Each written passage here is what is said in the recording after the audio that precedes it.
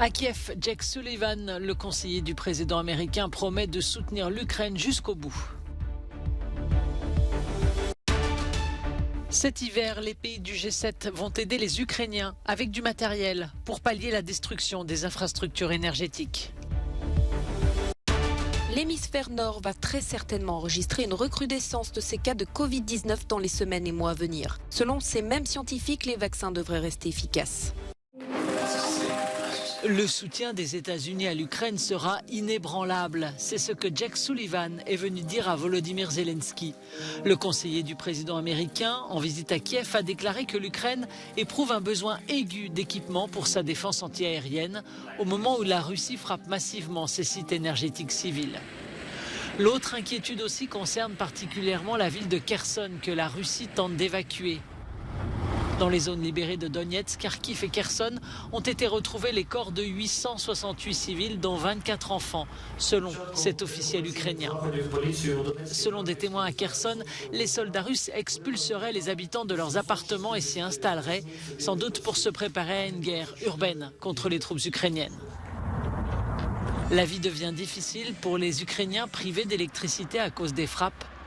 Jeudi soir, 4,5 millions étaient dans le noir dans tout le pays. D'abord et avant tout, afficher son soutien à l'Ukraine.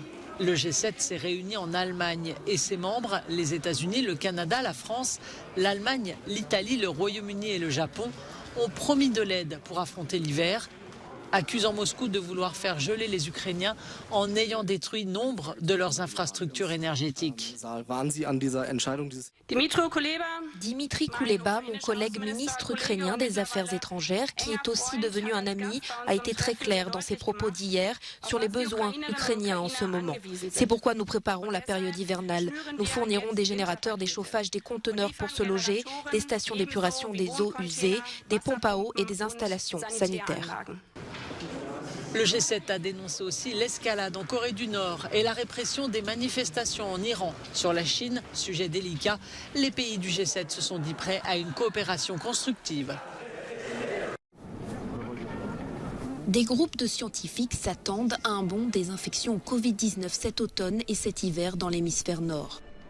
Leurs inquiétudes reposent sur les nouvelles souches du variant Omicron qui affaiblissent le système immunitaire ainsi que sur la baisse de vigilance des populations. Nous sortons de l'automne et entrons bientôt dans la période hivernale.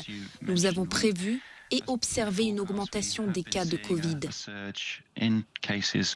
Nous avons vu évidemment une série de variants différents émerger au cours de la pandémie, mais ce qu'il faut garder en tête, c'est que les vaccins sont très précieux.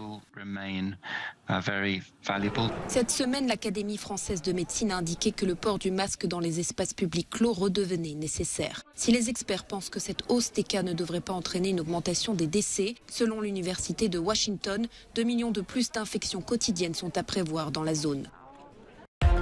À 4 jours des élections de mi-mandat, Donald Trump a annoncé sa probable candidature à l'élection présidentielle de 2024.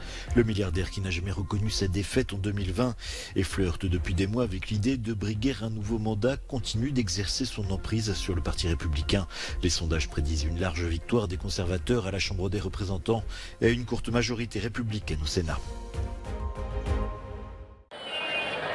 Le 15 novembre, la population mondiale devrait franchir le cap des 8 milliards d'habitants, les plus fortes augmentations étant enregistrées dans les pays en développement. La population de l'Inde passe à 1,4 milliard. Dans les pays les plus pauvres, la population devrait presque doubler entre 2020 et 2050. La population de la planète explose, un peu plus de 2 milliards d'habitants en 1950. Elle devrait atteindre 10 milliards 100 ans plus tard. Dans certains pays, les taux de natalité augmentent grâce à un recul de la mortalité infantile et l'amélioration des soins de santé. En Afrique, le manque de contraception et d'éducation des femmes participe à la démographie galopante. En Europe notamment, les taux de natalité ralentissent. La croissance démographique est-elle une bonne chose ou pas? Certains experts estiment qu'elle contribue à la pauvreté et à la dégradation de l'environnement.